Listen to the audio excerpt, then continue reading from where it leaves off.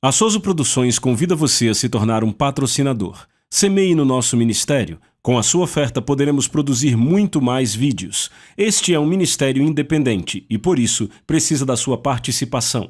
Inscreva-se no canal e compartilhe os vídeos. Seja um multiplicador desta visão.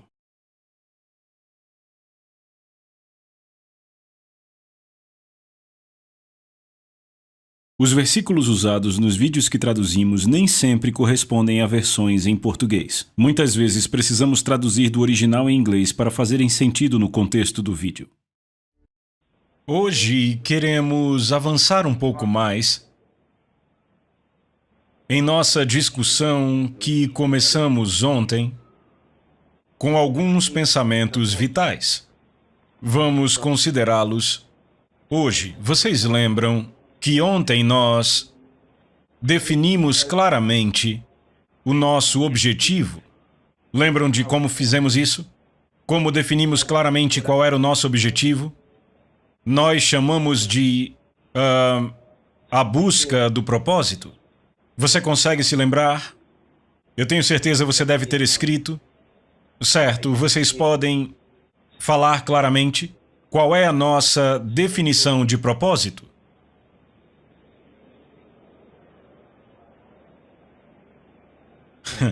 Eu não estou ouvindo vocês. Vamos de novo.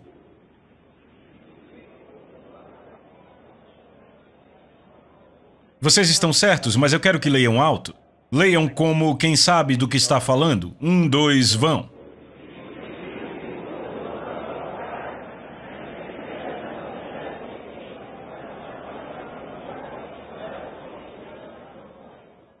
Aleluia! Certo? Então, o nosso objetivo, ou a nossa meta, desta forma, tem duas partes, ou diríamos duas vertentes. Número 1, pelo que falamos anteriormente, número 1 é ganhar almas.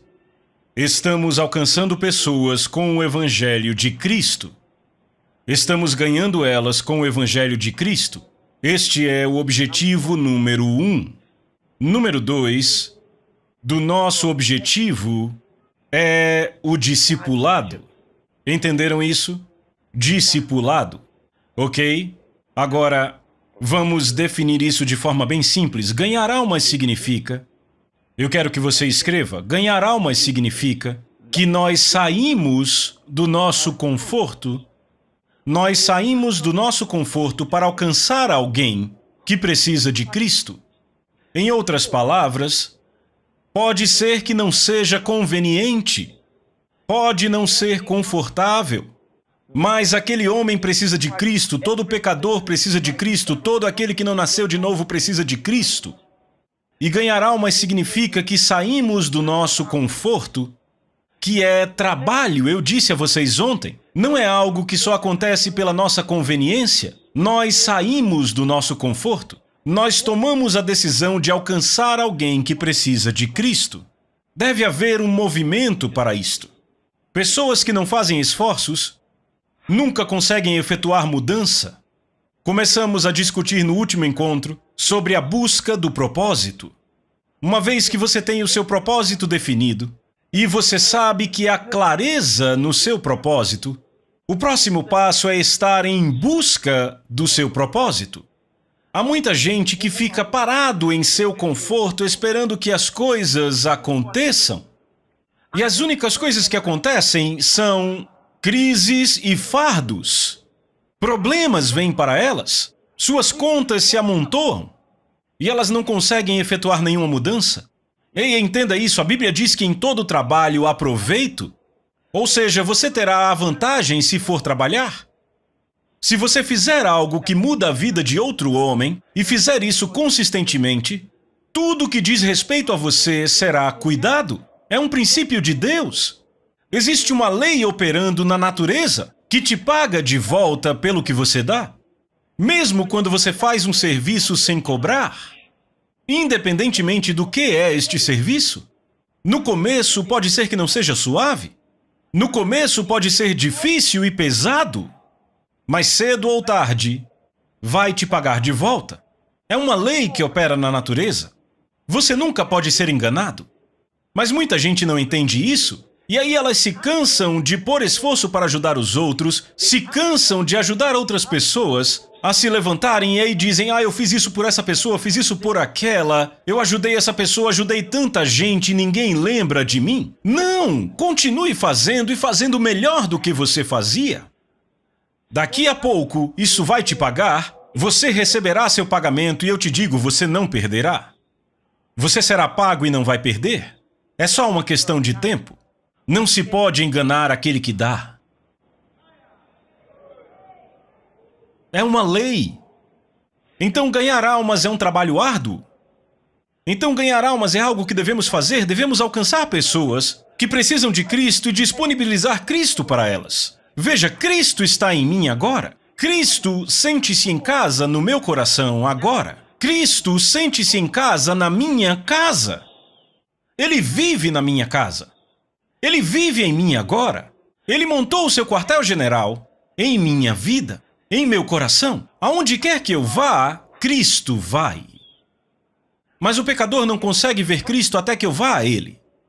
O não convertido nunca encontrará Cristo até eu chegar a Ele. Eu tenho que ter esse entendimento. Eu tenho que ter essa mentalidade. Eu não devo achar que outros cristãos já estão fazendo, porque há pessoas que Ele chamou você para alcançar. Você tem o seu próprio mundo. Todos temos nosso próprio mundo. Você tem o seu mundo. Eu disse na noite passada, o seu mundo é a sua área de contato. Aqueles que estão em contato com você são exatamente estas pessoas por quem Deus te fez responsável. Ele não me vê como responsável por aqueles que estão no seu mundo. Ele te tornou responsável por aqueles que vivem ao seu redor, que trabalham com você ao seu redor, que estão em contato com você nos negócios. Ele te fez responsável por eles. É você que tem Cristo. É você que torna Cristo disponível independentemente dos problemas. Vê? Aqueles que olham para o sol não veem as sombras. Se você põe os seus olhos em Cristo, você não terá que pensar nos problemas que te distraem. Eles não estarão lá. Aleluia! Por isso que dissemos que ganhar almas é o trabalho número 1 de Deus, é a coisa mais importante da terra. Depois que você se torna cristão, você está numa missão. Todo mundo se torna um missionário para o seu próprio mundo. Você é um missionário para o seu mundo. Você é enviado por Deus ao seu mundo. Eu posso ter sido enviado para trazer uma mensagem a você, mas não para levá-la ao seu mundo. Você entende? Você tem que levá-la ao seu mundo. Quem são os que te conhecem? Você deve estar em contato com alguém em algum lugar. Você deve ter contato com outras pessoas, mesmo se você nunca falou com elas. Ei, você não as vê? Não ouve sobre elas? Será que você é tão cego para as necessidades delas? Eu lembro quando eu fui para o evangelismo de rua. Naquela época, eu fui de casa em casa, batendo nas portas. Às vezes as pessoas estão impacientes. Sabe, elas abrem a porta e tipo, sim, o que você quer? Porque para elas eu sou um estranho, elas não me conheciam, então... Sim. Ouça, eu quero compartilhar algo com você, eu quero falar sobre Jesus. Alguns diziam, sim, entre. Eu nem precisava discutir com aquelas pessoas, venha. Alguns diziam, eu não tenho tempo, e fechavam a porta. E eu esperava. Você ainda está aí? E às vezes acabavam saindo e se sentando comigo. Algumas só diziam, não, sem tempo. E eu ia para a próxima casa, às vezes encontrava as pessoas do lado de fora e as cumprimentava. E dizia que eu queria compartilhar algumas boas notícias com elas. E elas, sim, sente aí. Eu encontrava muitas pessoas trabalhando,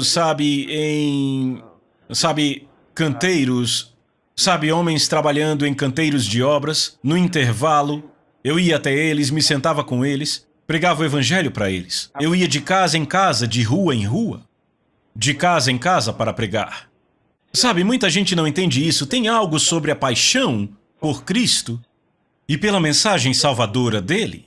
Eis o porquê ainda faço isso. Você está ouvindo? Eis o porquê ainda faço isso. Porque, à medida que eu pregava de rua em rua, aquilo não acabava. Eu me perguntava quando eu vou terminar com isso, chamei alguns amigos para ajudar. e nos dividíamos em grupos. Às vezes íamos em duplas, em trios e saíamos pregando o evangelho, de casa em casa. E depois disso, fomos aos hospitais para pregar. O mais difícil é quando íamos a hospitais psiquiátricos. Era terrível. Eu achava que quando eu entrasse, os demônios viriam gritando, "Oh!" e eu diria, "Saia dele!" e eu pregaria. Mas não, foi difícil. Não foi desse jeito. Primeiro que nem todos tinham problemas demoníacos. Alguns estavam sob efeito de drogas. Havia até alguns que chegaram fingindo e enlouqueceram de verdade. Todo tipo de coisa. Sabe? Mas sabe, aquilo me mostrou onde estavam as necessidades das pessoas. Me mostrou onde estavam as necessidades das pessoas. E eu ia de escola em escola, incluindo escolas para crianças. Pregava para elas sobre Jesus Cristo. O que eu estou dizendo aqui é o seguinte. Sabe, é trabalho, você tem que fazer algo. Você não pode simplesmente ficar à toa. Você não pode dizer, eu chamei algumas pessoas e elas não vieram. Não! Você tem que sair para onde os pecadores estão. Pecadores normalmente não vêm à igreja. Alguns podem até vir, mas normalmente, a maioria daqueles que precisamos alcançar não vem à igreja. E a única pessoa que pode ir até eles é aquela que nasceu de novo, que já viu a luz. É aquela que deve ir até eles.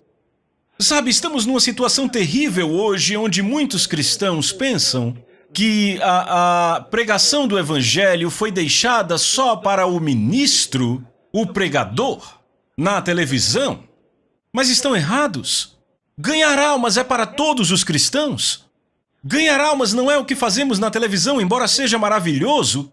Ganhar almas não é o que fazemos no púlpito, embora seja maravilhoso. Ganhar almas é buscar as pessoas, levar Cristo às pessoas e deixar que Cristo se levante em você, veja através de você e sinta através de você. E fale através de você. Papéis não amam, telas não amam. O homem pregando o evangelho para pecadores na televisão não pode amá-los, não consegue atuar no problema deles. Eles precisam de alguém que possam tocar, alguém que possam ver. Você pode ter qualquer imagem na televisão, mas eles querem o Cristo do dia a dia, e esse Cristo do dia a dia é você. Isso é algo que você tem que saber. Algo que você tem que saber. Você ainda está aqui? Sim. Então é disso que se trata ganhar almas, é algo que planejamos estrategicamente, como indivíduos ou como grupos. E é uma responsabilidade divina. Não é algo que projetamos e esperamos que outras pessoas façam. E é aqui que líderes e pastores precisam ajudar muito, porque, vejam, é necessário muito esforço. Às vezes, para um cristão, um crente, convidar um não cristão para a igreja, às vezes, depois de várias semanas e meses de negativa, ele finalmente concorda em vir à igreja. E aí ele vem à igreja e o culto não foi planejado, o pastor não orou, ou não se preparou para aquele culto, e as coisas deram errado, e aquele pecador volta sem assumir um compromisso com Cristo. Todo culto que nós temos, especialmente os cultos do domingo, porque os não convertidos vêm mais aos domingos do que em qualquer outro culto. Sabe, eles pensam, hoje é domingo, eu devo achar um lugar para ir, e então eles vêm. Então é como se todo domingo fosse uma cruzada. E o pastor tem que ser estratégico para saber que, além de ensinar os irmãos e treiná-los nas coisas de Deus, ele deve estar atento com os pecadores que estão na congregação. Muitas vezes, se eu não faço o apelo para a salvação, quando eu desço, eu provavelmente falo com o pastor que está subindo para pegar o microfone de mim, e eu digo, eu não fiz o apelo, por favor, faça. Porque eu sei que é importante. Você ainda está aí? Eu sei que é importante. E temos a oração. Nós podemos fazer preparativos orando. Sobre os nossos cultos. Isso é uma responsabilidade. Todo líder deveria pensar sobre isso. Você sabia que, às vezes, Deixa eu contar uma história. 2 mulheres cegas foram a uma cruzada. E elas estavam lá na cruzada e não entendiam inglês. Nada. E também não entendiam o intérprete. Eram cegas e não conseguiam entender o idioma. Mas elas sabiam que era um encontro onde Jesus estava sendo pregado. E elas estavam lá, apenas ouvindo e ouvindo, até que ambas receberam a visão aquela noite. E elas dançaram e dançaram e dançaram naquela noite, porque receberam a visão. Como foi que a fé veio? Pelo Espírito. Deixa eu te lembrar o que aconteceu no dia de Pentecostes. A Bíblia nos diz que no dia de Pentecostes o Espírito veio sobre os discípulos quando estavam reunidos num só lugar, no cenáculo. E diz que línguas como que de fogo pousaram sobre a cabeça deles e eles falaram em outras línguas. Lembram disso?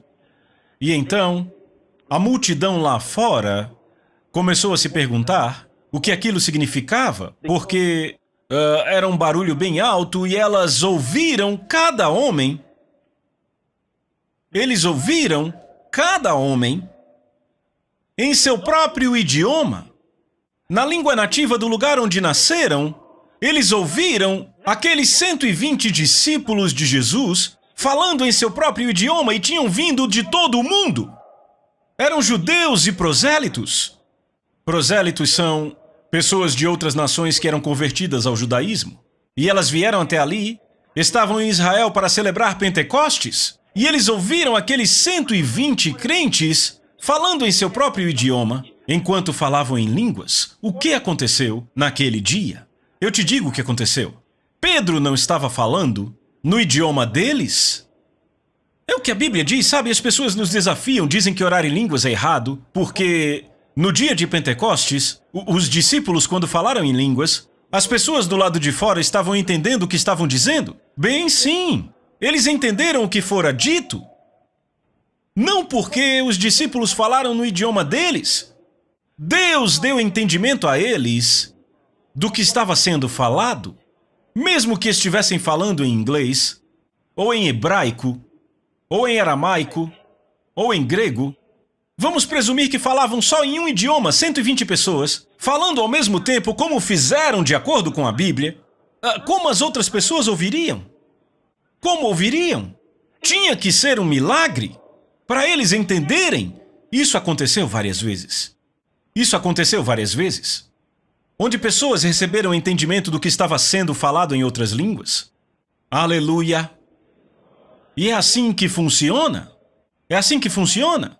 Então, quando você ora pelo culto, sendo você um líder, e talvez você tenha conseguido reunir o número de pessoas para levar a Cristo, e elas se comprometeram, todas fizeram um compromisso, todas atenderam a sua convocação para o culto. Se você orou, não importa do que o pregador está falando, mesmo que ele não diga nada sobre salvação, talvez ele esteja pregando sobre o fim dos tempos ou sobre qualquer coisa, na palavra de Deus, aquelas pessoas receberão um entendimento tal, porque o Espírito Santo é o mestre da comunicação. Ele pode levar a mensagem do Evangelho para qualquer um, no seu próprio nível. É a nossa oração que faz isso acontecer. Nossa oração, ela libera o ministério do Espírito. Glória a Deus. Depois eu vou falar um pouco mais sobre isso. Mas a segunda coisa é o discipulado, certo? Você está anotando? Discipulado significa que nós vamos além de nós mesmos para guiar um crente novo, jovem e talvez até sem compromisso e rebelde a uma vida cristã crescente e comprometida. Vou falar de novo. Discipulado significa irmos além de nós mesmos para guiar um crente novo, jovem e até descomprometido e rebelde a uma vida cristã crescente e comprometida. Discipulado significa nos interessarmos por alguém que não sabe muito sobre Jesus, embora tenha entregue seu coração para Cristo para a salvação, tenha recebido a salvação. Ele pode não estar comprometido, Pode não estar interessado em vir à igreja, pode não estar interessado em ler a Bíblia, ele pode ter várias perguntas. Discipulado significa que vamos atrás daquela pessoa por quem nós temos interesse o suficiente para alcançá-la e a ajudamos a encontrar o seu caminho. Louvado seja Deus!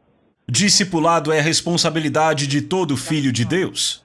Cada um de nós tem esta responsabilidade de discipular alguém. Lembrem das palavras de Jesus no Evangelho de Mateus, capítulo 28, quando lemos no versículo 19, Ide, portanto, fazei discípulos de todas as nações, batizando-os em nome do Pai, e do Filho e do Espírito Santo, ensinando-os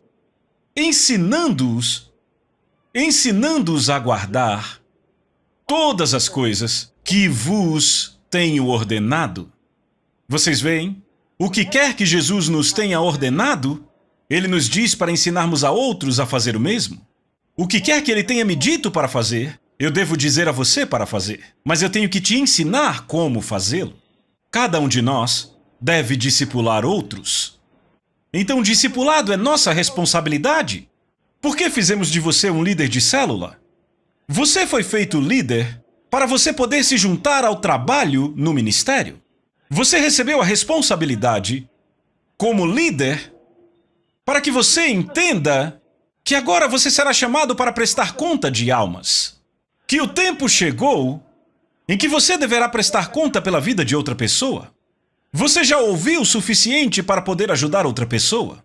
Você não precisa esperar fazer 10 anos de crente para se tornar um líder.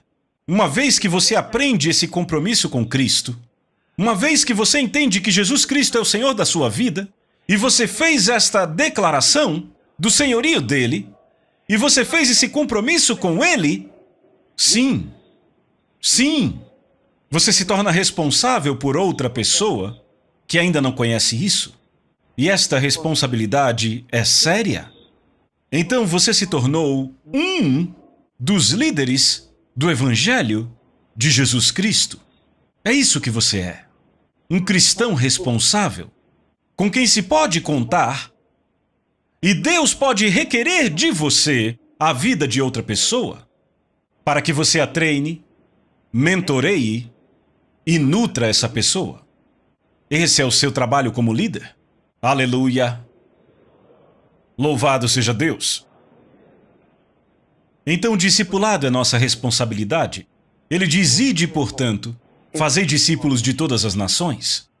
Ele disse, ide, portanto, e fazei alunos, pupilos, entre as nações. Isso é maravilhoso. Que responsabilidade!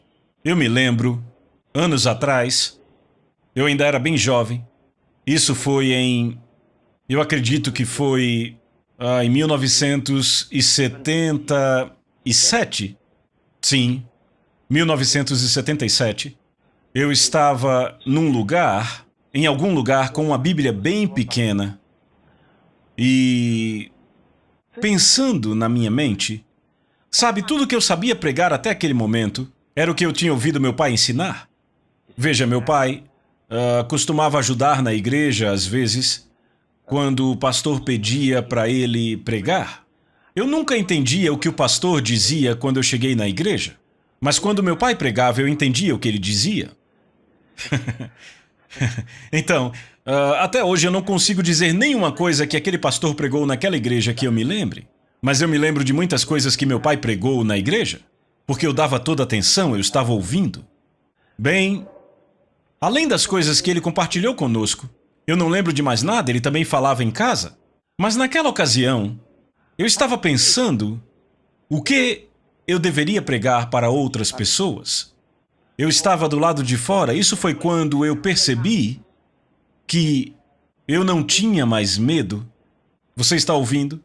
Porque naquela noite estava chovendo e, de repente, houve trovões e relâmpagos, e antes daquilo, eu tinha muito medo. Eu ficava pensando, eu espero que isso não me acerte. Mas naquele dia eu tive uma sensação, sabe, eu sou filho de Deus, não importa se isso veio para me destruir, o meu pai era o chefe. Sabe, foi assim que eu me senti. E eu fiquei tão feliz porque me senti daquele jeito. E agora eu estava pensando, o que é que eu vou pregar? O que é que eu vou dizer? Então lá fora, com aquela bibliazinha na mão, Bíblia dos Gideões, era só o Novo Testamento, eu simplesmente abri, e quando eu fiz isso, eu fiquei maravilhado com o que li. Jesus disse, quando forem, preguem dizendo, o reino de Deus está a vosso alcance. Curai enfermos, expulsai demônios, limpai os leprosos. Eu fui tão tocado. Adivinhem. Eu comecei a dizer às pessoas, o reino de Deus está a vosso alcance. E, de repente, a mensagem que eu ouvia meu pai pregar fez mais sentido para mim, porque na igreja ele costumava pregar sobre o fim dos tempos, que o tempo estava chegando ao fim e que todos tinham que se preparar. Então não é de espantar que Jesus, sabe, pelo Espírito Santo me ajudou a entender e comecei a pregar que o reino de Deus está a vosso alcance. Entende? Então agora fazia mais sentido. Eu já tinha minha própria passagem. Então eu saía e dizia às pessoas que o tempo estava acabando, entende? Mas o reino de Deus estava aqui e elas tinham que ser salvas. Glória a Deus. E levou mais 3 anos para eu entender a outra parte. Curai os enfermos, porque eu nunca via ninguém curando os enfermos na igreja, sabe? Então, curai enfermos, expulsai demônios, eu não entendi isso até 3 anos depois, 1980. Aquilo era uma coisa nova.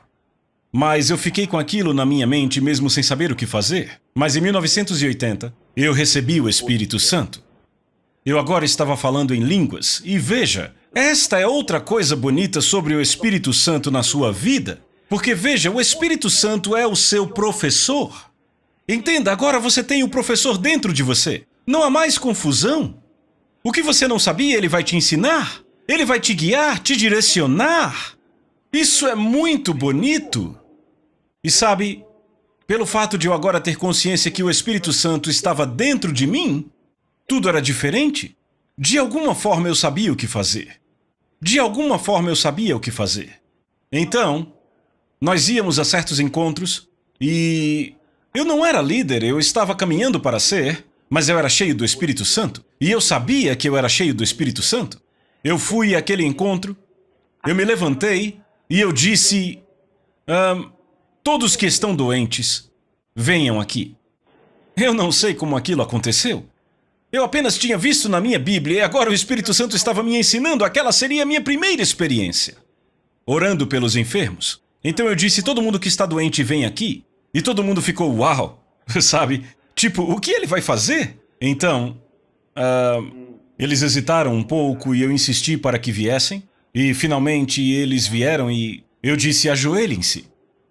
Então, eu pensei, eu nunca imaginei esse tipo de coisa, mas aí eles se ajoelharam e os outros ficaram ao redor olhando. E eu fiquei diante deles e eu disse, em nome de Jesus Cristo, sejam curados! E eu disse, é isso, vocês estão curados. A minha oração por eles foi tão curta.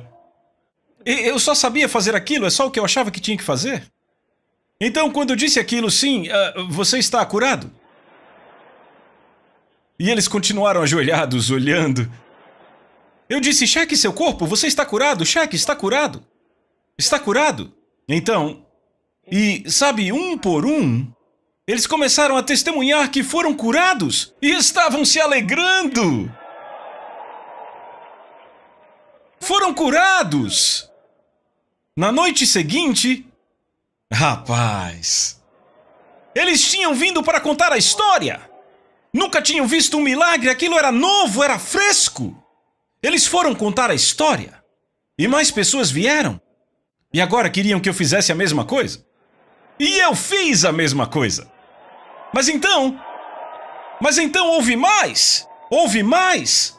Houve mais. Agora era a hora de dizer algo que os desafiaria. E eu disse, a promessa está sobre vocês e sobre os seus filhos e sobre aqueles que estão longe, até mesmo sobre aqueles que o Senhor há de chamar. E agora eu disse a eles que tinham que receber o Espírito Santo. Eu tinha 2 amigos comigo, um era mais velho que eu e o outro era meu colega de classe, e estávamos fazendo aquilo juntos, e pregávamos juntos, e era maravilhoso. Orávamos juntos e íamos àquele encontro, um pregava depois do outro, e eu disse a eles: vocês podem receber o Espírito Santo, vou impor as mãos e vocês receberão. E eu li para eles o trecho da Bíblia que diz que as pessoas receberam o Espírito Santo depois da imposição de mãos, e estavam prontos. E adivinha? Logo depois da pregação eu fui e impus as mãos, e as pessoas começaram a cair por todo lado, sabe? Eu nunca tinha visto aquilo antes. Foi a primeira vez que eu vi aquilo. Lá atrás, em 1980. Eles caíram depois que eu impus as mãos sobre eles. Rapaz, a vida mudou. Vocês estão me ouvindo? Eles receberam o Espírito Santo, falando em outras línguas. Agora era diferente. Oh, graças a Deus, graças a Deus, graças a Deus, graças a Deus. É isso que você deve fazer. Cada membro da sua célula deve ter o Espírito Santo. Pregue a palavra para eles. Cada um na sua célula deve ter o Espírito Santo. Pregue para eles a importância de ter o Espírito Santo. Sem o Espírito Santo, eles não estarão motivados para ganhar almas. Igrejas onde não dão primazia ao Espírito Santo, sabe? Muitas vezes igrejas podem falar do Espírito Santo, mas não ministram o Espírito Santo às pessoas. Então no domingo você tem algumas pessoas batizadas no Espírito Santo, a maioria nem conhece isso, e ainda assim você diz para ganharem almas, eles não conseguem ter ousadia. Você tem ousadia quando está cheio do Espírito Santo. E quando as coisas parecem paradas, e parece que você, de alguma forma, se sente tímido para pregar a palavra, ponha para fora o que você tem por dentro. Fale em outras línguas até que você profetize, e à medida que você profetiza, o seu espírito estará tão movido que você sairá e pregará o Evangelho. Aleluia! Lembre-se, sem o Espírito Santo, não podem pregar o Evangelho. Estarão mortos e frios. Mas deixe eles terem o Espírito Santo. Suas mãos são ungidas. Você está me ouvindo? Eu já disse, cada célula, pelo menos 25 membros. E depois que chegarem em 25, comecem outra. E depois comece mais outra. Você pode ter 3 grupos, 5 grupos, não importa. Faça isso. E veja o que o Espírito Santo fará em sua vida. À medida que você multiplica as almas, a sua vida será multiplicada. Jesus disse: todo aquele que me honra, meu Pai o honrará. Você honra Jesus pregando sobre ele, falando dele em todo lugar. Você honra Jesus testemunhando sobre ele. E depois que você testemunha sobre ele, ele diz: o meu Pai testemunhará sobre você diante dos santos anjos. Oh, glória a Deus! E em todo lugar aonde você for, ele vai te honrar. Com a presença dele, com a graça dele. E tudo que você fizer será bem sucedido. Porque as mãos dele estão sobre você. Você o honrou, então ele te honra de volta. Aleluia! Louvado seja Deus! Sim, tenha certeza que eles têm o Espírito Santo. Sem o Espírito Santo, não podem se mover. Não vai funcionar. Não vai funcionar. O Espírito Santo deixa pessoas tímidas, ousadas. Às vezes eu ouço pessoas dizendo: eu queria pregar a Bíblia, mas eu não consigo, eu me sinto meio assim. Eu não sou ousado para isso, você precisa do Espírito Santo, eu já recebi. Que tipo de Espírito Santo você recebeu? Porque o Espírito Santo te deixa bêbado em Deus. Você entendeu? Quando você recebe o Espírito Santo e fica cheio do Espírito Santo, você fica bêbado. Fica bêbado em Deus. Então, quando você encontra alguém que diz que tem o Espírito Santo e ainda assim diz que não é ousado para pregar o Evangelho, você tem que perguntar: que tipo de Espírito Santo você recebeu? Se alguém diz: eu bebo, bebo, bebo e nunca fico bêbado, você pergunta: que tipo de bebida você bebe? Porque depende de qual... Você entende, né? Tem aquele tipo que você bebe, bebe, bebe e sua barriga só vai ficando maior e você continua normal. Mas tem aquela que você toma apenas uma dose. Ei! Só uma dose! E você começa a ver coisas assim.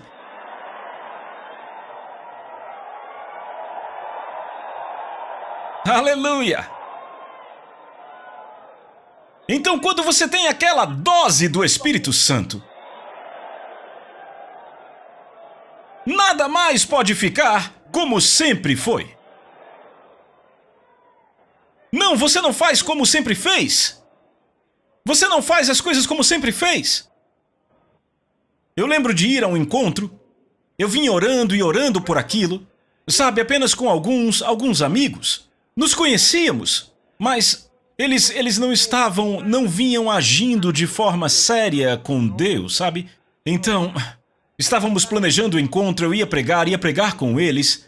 E então, eu orei, eu mergulhei, eu me encharquei de Deus. Como você se encharca de Deus, você ora em outras línguas e ora em outras línguas até profetizar. Veja, a profecia é o transbordar. Entende? A mensagem que está por dentro começa a sair.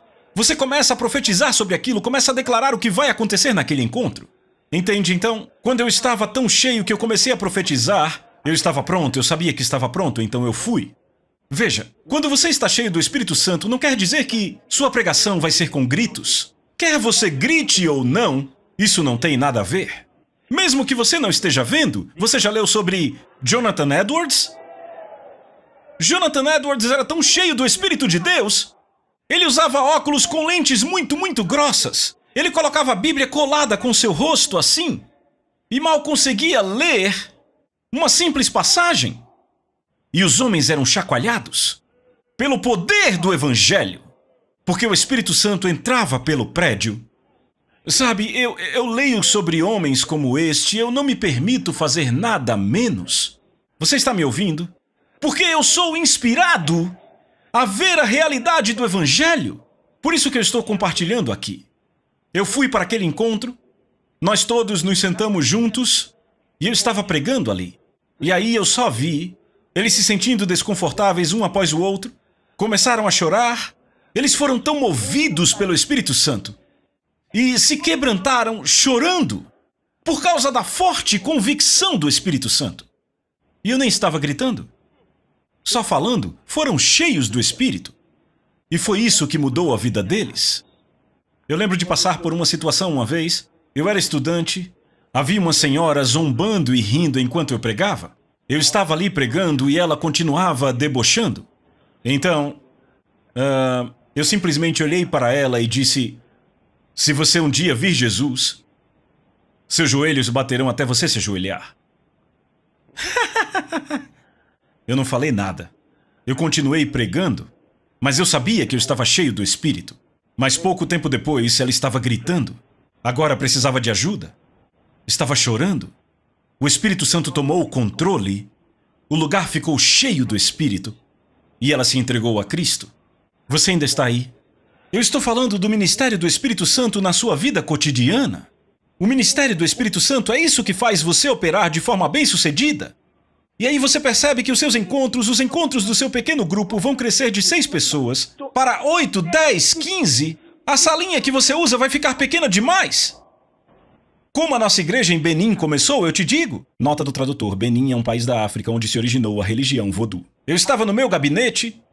A nossa igreja em Benin, eu comecei no meu gabinete com a minha equipe.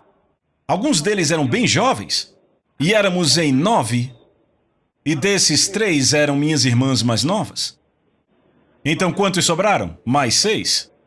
Então, começamos em uma das salas no gabinete. Eu disse: veja, vamos começar aqui. Então eu compartilhei a palavra com eles. E então, sabe, faremos nosso trabalho. Mas então eu disse: vamos organizar uma congregação formal aqui. Nos encontraremos às quartas e aos domingos. Começaremos bem aqui. E assim fizemos. E aí, nos finais de semana, nós saímos e vamos pregar. Falem com as pessoas, ganhem elas para Cristo. E aí, 15, 20, nós saímos daquela pequena sala para o salão, o nosso salão. E aí éramos 30, 40, 60. Não demorou, o lugar estava cheio. Já era necessário o mezanino. Ficou tão cheio que eu comecei a procurar um auditório. E só fazíamos cultos nos domingos à noite. Na maioria dos países de língua inglesa, os cultos são aos domingos de manhã. E nas quartas, então eu consegui um auditório. E quando fomos para o auditório, até o auditório começou a ficar pequeno. E então, ensinando a palavra, eu já estava organizando conferências. E um garotinho encabeçando uma conferência. Ensinando a eles como serem um sucesso. Em Cristo. Como eu disse, o auditório ficou cheio e já havia pessoas do lado de fora. Vocês estão me ouvindo? E enquanto aquilo estava acontecendo, eu vim para Lagos, capital da Nigéria, e eu disse: o mesmo Espírito, veja, o mesmo Espírito fará isso acontecer aqui. Porque eu já tinha visto acontecer em cidades diferentes. Eu preguei na reunião internacional dos homens de negócios do Evangelho Pleno. Eu participei de algumas dessas reuniões como pregador. Eles nem sabiam que eu era um estudante, até que um dia me pegaram. Porque eu estava me preparando para as provas. Eu estava estudando e fui convidado para um jantar deles. Então, o presidente, estavam lá o presidente e o vice-presidente. Depois do encontro, muita gente tinha entregue a vida a Cristo e eles sempre convidavam pessoas de alto escalão dos governos. Então, eu orei por eles, muitos entregaram a vida a Cristo depois da oração. Então, no final, sabe, eles respeitam muito os pastores, sabe? Ministros, sabe? Eles sempre dão um carro com motorista para eles, sabe? Então eu estava saindo e eles queriam ir até a saída comigo e eu disse: não se preocupem. E disseram: não, vamos te levar ao hotel. E eu: não, eu posso ir sozinho. Não, mas não deixaram, foram comigo. E eu pensando: oh Senhor Jesus, por favor, me ajude. Até que quiseram subir no meu quarto e disseram: quê? Não, esse quarto é muito pequeno, não. Eles ligaram para a recepção do hotel e mudaram o meu quarto e eu pensando: oh Jesus. E eu ali preocupado, e aí eles foram e mudaram o meu quarto. E disseram: não se preocupem em arrumar nada, nós cuidaremos de tudo. E eu vinha lendo, sabe? Eu tinha minhas anotações da escola e tudo mais. Eu estava estudando. E eu comecei a pensar no que fazer. Eles não vão me deixar só. Como eu vou esconder tudo isso, sabe? E aí começaram a trazer tudo e embalar para mim. Até que finalmente abriram aquela gaveta e lá estavam meus escritos. O vice-presidente olhou para mim e disse: oh, tá na época de provas, é?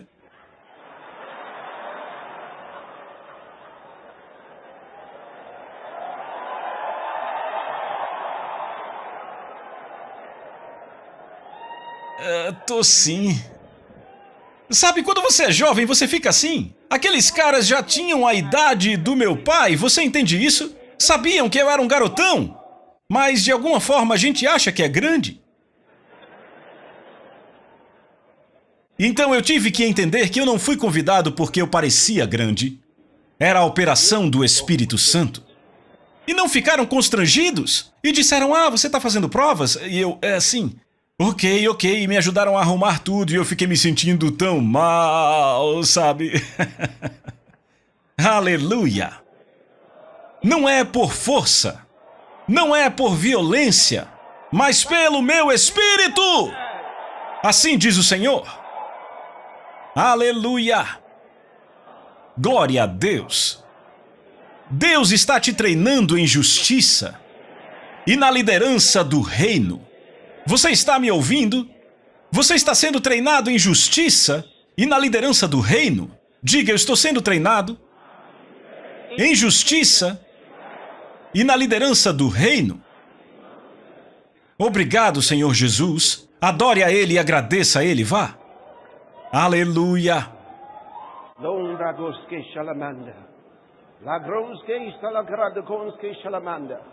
Obrigado, Espírito Santo.